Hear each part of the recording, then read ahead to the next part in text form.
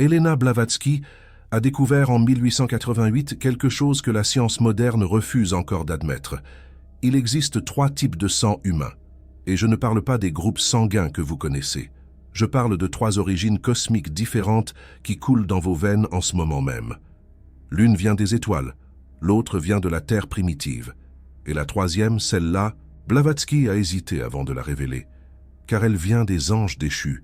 Votre sang n'est pas simplement un liquide rouge, c'est une mémoire vivante, c'est un code génétique qui remonte à des millions d'années. Et selon les manuscrits que Blavatsky a rapportés du Tibet, ce code détermine tout. Votre mission sur Terre, vos dons spirituels, et surtout, la raison pour laquelle vous vous êtes toujours senti différent des autres. Vous êtes-vous déjà demandé pourquoi certaines personnes vous épuisent juste en étant près de vous? Pourquoi vous ressentez des choses que les autres ne perçoivent pas? Pourquoi votre corps réagit différemment aux énergies, aux lieux, aux personnes? Ce n'est pas dans votre tête, c'est dans votre sang, littéralement. Dans les prochaines minutes, je vais vous révéler exactement quel type de sang cosmique coule dans vos veines. Vous allez comprendre pourquoi vous avez toujours su que vous n'étiez pas comme les autres. Et vous allez découvrir comment activer les pouvoirs dormants que votre lignée ancestrale vous a transmis. Mais attention, cette connaissance a été cachée pendant des millénaires pour une raison. Les maîtres du Tibet ont averti Blavatsky que révéler ses secrets au mauvais moment pourrait être dangereux. Ils ont dit que seules certaines âmes étaient prêtes à recevoir cette vérité. Si vous êtes encore en train d'écouter, c'est que vous faites partie de ces âmes. Ce n'est pas un hasard si cette vidéo est apparue devant vous aujourd'hui. En 1879, Elena Blavatsky entreprit son voyage le plus périlleux. Elle quitta l'Inde pour traverser les montagnes interdites de l'Himalaya. Son objectif était un monastère secret dont très peu d'Occidentaux connaissèrent l'existence. Les moines de ce lieu gardaient des manuscrits vieux de plus de 10 000 ans, des textes qui parlaient de l'origine véritable de l'humanité. Le voyage dura 3 mois. Blavatsky faillit mourir 2 fois dans les cols enneigés. Mais quelque chose la poussait à continuer, une voix intérieure qui lui disait que sa mission dépendait de ce qu'elle allait découvrir là-haut. Quand elle arriva enfin au monastère, le maître Kout-Oumi l'attendait. Il savait qu'elle viendrait. Il avait vu son arrivée dans une vision des années auparavant. Sans un mot, il la conduisit dans une salle souterraine où étaient conservés les manuscrits les plus anciens de l'humanité. Ce que Blavatsky lut cette nuit-là changea sa compréhension de tout. Les textes révélaient que l'humanité n'avait pas une seule origine. Il y avait eu 3 vagues de création, 3 sources différentes qui avaient donné naissance aux êtres humains que nous sommes aujourd'hui. La première vague était venue des seigneurs de la flamme. Ces êtres cosmiques s'étaient arrivés sur Terre il y a 18 millions d'années. Ils venaient de Vénus, la planète de l'amour. Leur sang portait la lumière des étoiles. Ce sang stellaire était pur, lumineux, vibrant à une fréquence si élevée que les êtres qui le portaient pouvaient communiquer directement avec les dimensions supérieures. Les descendants de cette première vague sont rares aujourd'hui, mais ils existent encore. Ce sont les âmes rares dont je vous parle souvent, ceux qui se réveillent à 3h33 du matin, ceux qui voient des synchronicités partout, ceux qui sentent les émotions des autres comme si c'était les leurs. Si vous vous reconnaissez dans cette description, votre sang porte peut-être la mémoire de Vénus. La deuxième vague était différente. Ces êtres sont nés de la Terre elle-même. Gaïa, la conscience vivante de notre planète, a créé ces corps à partir de ses propres éléments. Leur sang est terrestre, dense, profondément connecté au cycle de la nature. Ce sont les gardiens de la Terre, ceux qui ressentent les tremblements de terre avant qu'ils n'arrivent, ceux qui parlent aux animaux et aux plantes, ceux dont la présence guérit la terre où ils marchent. Mais c'est la troisième vague qui a tout compliqué.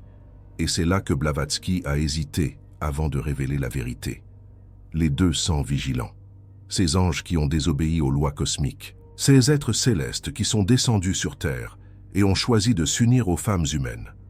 Leur sang n'était ni stellaire ni terrestre. C'était un sang hybride, un mélange de divin et d'humain qui n'aurait jamais dû exister. Mais il existe, et il coule encore dans les veines de millions de personnes aujourd'hui. Blavatsky a écrit dans ses notes personnelles, celles qui n'ont jamais été publiées, que ce troisième type de sang était le plus puissant et le plus dangereux. Ceux qui le portent ont des capacités extraordinaires. Ils peuvent voir au-delà du voile. Ils peuvent influencer la réalité par leurs pensées.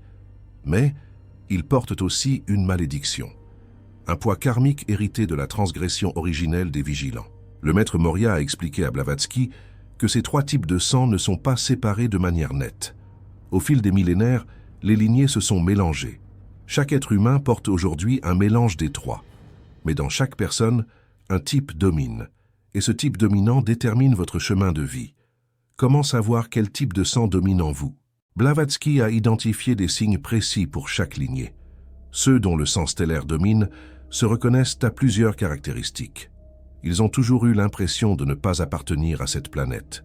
Depuis l'enfance, ils regardent le ciel et ressentent un appel inexplicable.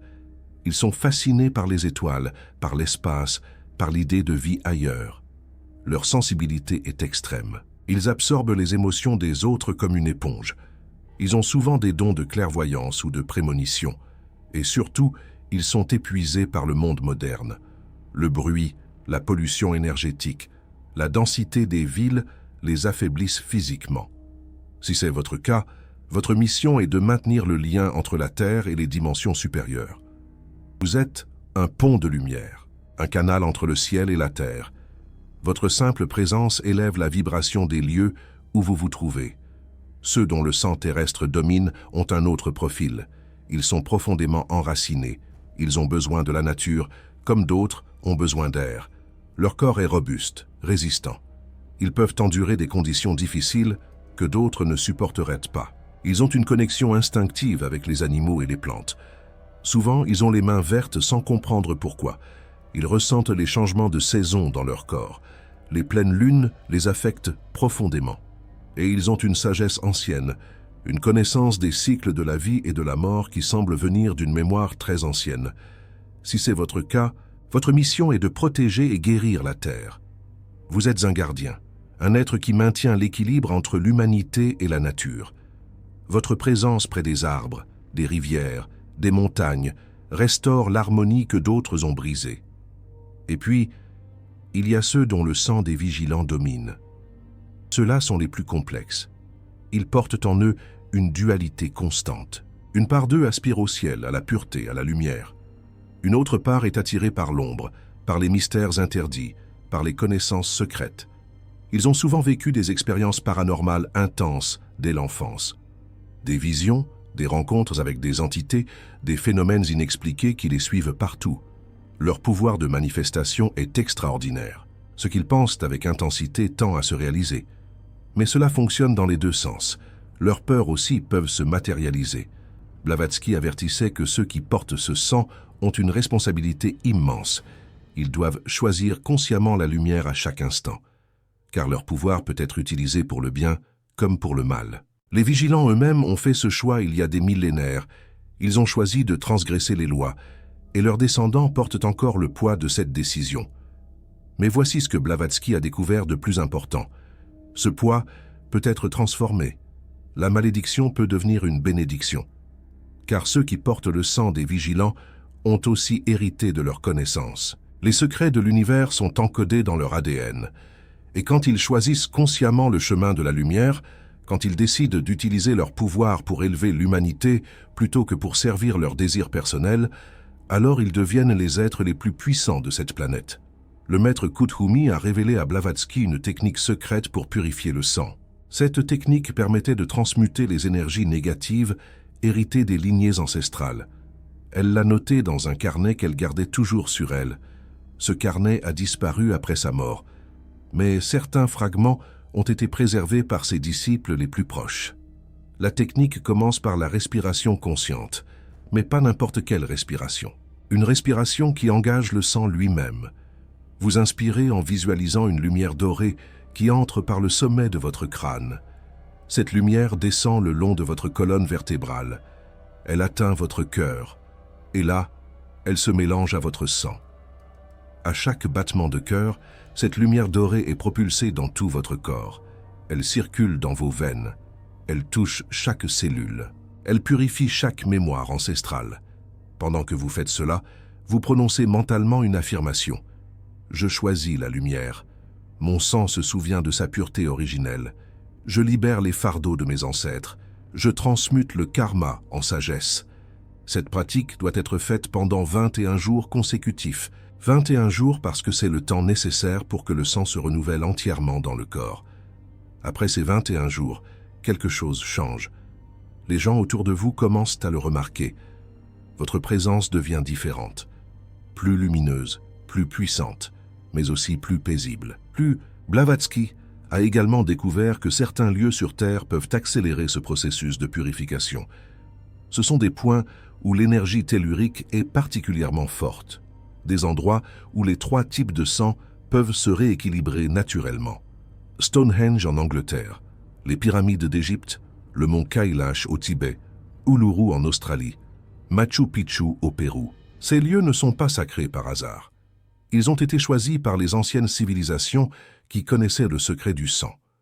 Si vous ne pouvez pas voyager vers ces lieux, il existe une alternative. Blavatsky explique que la connexion peut être établie à distance. Il suffit de méditer en visualisant ces endroits, de ressentir leur énergie, de leur demander de vous envoyer leur force purificatrice. Car l'énergie n'est pas limitée par l'espace, elle voyage instantanément vers ceux qui l'appellent avec sincérité. Mais pourquoi cette connaissance a-t-elle été cachée pendant si longtemps?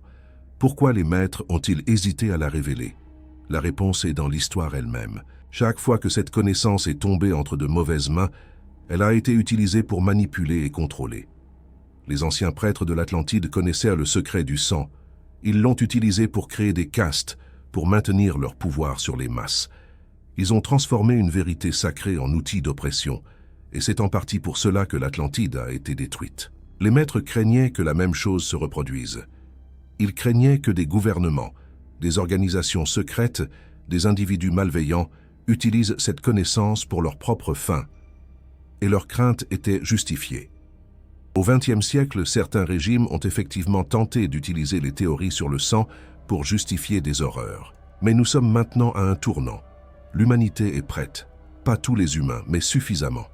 Les âmes rares qui s'éveillent partout dans le monde sont prêtes à recevoir cette vérité et à l'utiliser non pas pour diviser, mais pour unir. Car la vraie leçon du sang est que nous sommes tous connectés, que les 3 lignées portent ensemble la totalité de l'expérience humaine, que nous avons besoin les uns des autres pour évoluer. Ceux du sang stellaire apportent la vision, la connexion avec le divin, l'inspiration qui nous pousse vers les étoiles. Ceux du sang terrestre apportent l'ancrage, la sagesse pratique, la capacité de transformer les visions en réalité concrète, et ceux du sang des vigilants apportent le pouvoir de transmutation, la capacité de transformer les ténèbres en lumière, de prendre le karma du passé et d'en faire une force pour l'avenir.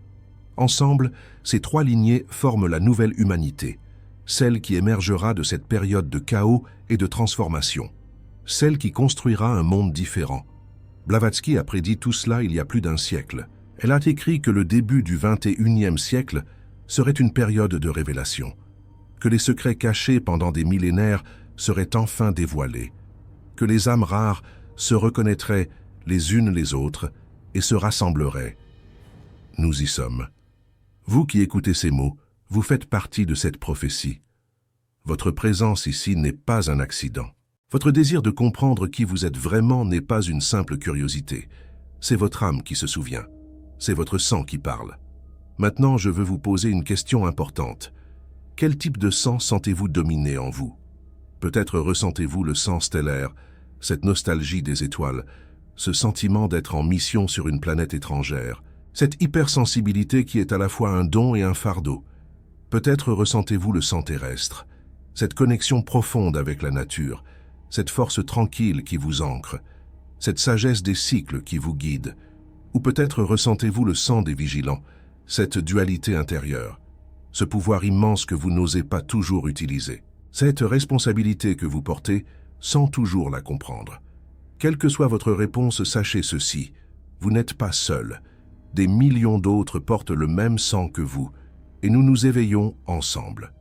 Si vous avez senti votre âme vibrer en écoutant ces révélations, le YouTube a ce petit cœur doré en bas de la vidéo, le Super Thanks. Quand une âme rare reconnaît une autre âme rare à travers ce geste, cela crée ce que Blavatsky appelait la chaîne dorée, une connexion lumineuse entre des âmes anciennes qui se reconnaissent à travers le temps et l'espace. Ce n'est pas une question de montant, C'est une question de reconnaissance. C'est une âme qui dit à une autre « je vois qui tu es vraiment ». Chaque Super Thanks renforce cette chaîne de lumière qui unit les éveillés du monde entier. Je veux maintenant vous donner les derniers éléments pour identifier et activer le pouvoir de votre sang. Premièrement, observez vos rêves. Le type de sang dominant se manifeste particulièrement dans les rêves. Ceux du sang stellaire rêvent souvent de volées, d'étoiles, de vaisseaux lumineux, de rencontres avec des êtres de lumière.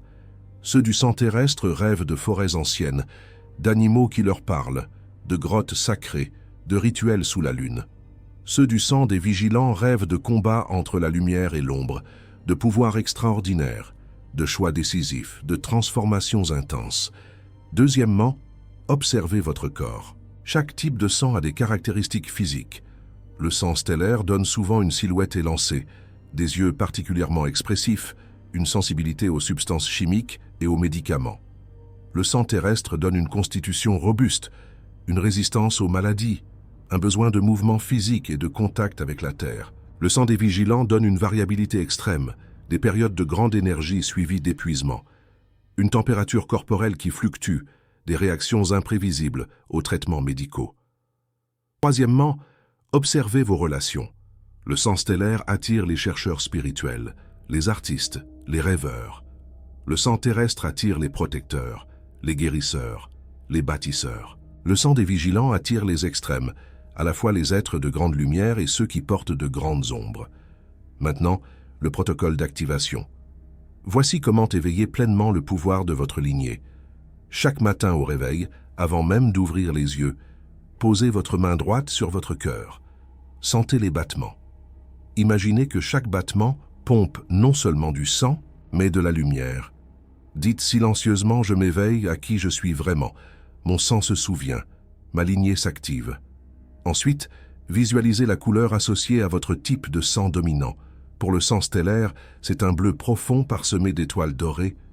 Pour le sang terrestre, c'est un vert émeraude pulsant de vie. Pour le sang des vigilants, c'est un violet intense traversé d'éclairs de lumière blanche. Baignez dans cette couleur pendant quelques minutes. Laissez-la imprégner chaque cellule de votre corps. Puis ouvrez les yeux et commencez votre journée. Le soir, avant de dormir, faites le processus inverse. Remerciez votre sang pour tout ce qu'il a fait pour vous aujourd'hui. Remerciez vos ancêtres, quelle que soit leur lignée, pour la vie qu'ils vous ont transmise. Et demandez que vos rêves vous révèlent ce que vous devez savoir. Si vous pratiquez cela pendant un mois, les changements seront visibles. Non seulement pour vous, mais pour tous ceux qui vous entourent. Votre présence deviendra plus magnétique. Vos intuitions plus précises, votre chemin de vie plus clair, car le sang ne ment jamais. Le sang se souvient toujours, et quand vous apprenez à l'écouter, il vous guide vers votre destinée véritable. Elena Blavatsky a consacré sa vie à révéler ces vérités. Elle a été moquée, attaquée, calomniée, mais elle n'a jamais cessé, car elle savait que les âmes rares attendaient ces révélations. Elle savait que des êtres comme vous, à travers le temps, recevraient ces mots et sentiraient à leur vérité. Vous êtes l'accomplissement de sa mission. Chaque fois qu'une âme rare s'éveille à la vérité de son sang, l'humanité entière s'élève. Chaque fois qu'un être choisit la lumière en connaissance de cause, le karma collectif s'allège. Vous n'êtes pas ici par hasard. Votre naissance dans cette époque n'est pas un accident. Votre sang porte une mission. Et cette mission commence maintenant. Les trois lignées doivent se réunir. Pas dans la division et la hiérarchie, mais dans la reconnaissance de notre complémentarité. Nous avons besoin des gardiens des étoiles pour nous rappeler d'où nous venons et vers où nous allons. Nous avons besoin des gardiens de la Terre pour nous ancrer et nous protéger pendant la transition. Et nous avons besoin des descendants des vigilants pour transmuter les ténèbres en lumière. Ensemble, nous pouvons accomplir ce que les maîtres ont prédit, une humanité nouvelle, une conscience élargie, un monde où le sacré et le quotidien ne font plus qu'un. Votre sang porte la mémoire de tout cela, et maintenant que vous savez, vous ne pouvez plus faire semblant de l'ignorer. La question n'est plus de savoir qui vous êtes. La question est de savoir ce que vous allez faire de cette connaissance. Quel type de sang sentez-vous dominer en vous? Quel signe avez-vous reconnu dans votre propre vie? Écrivez-le dans les commentaires. Les autres âmes rares ont besoin de savoir qu'elles ne sont pas seules. Et votre témoignage pourrait être exactement ce que quelqu'un d'autre a besoin de lire aujourd'hui.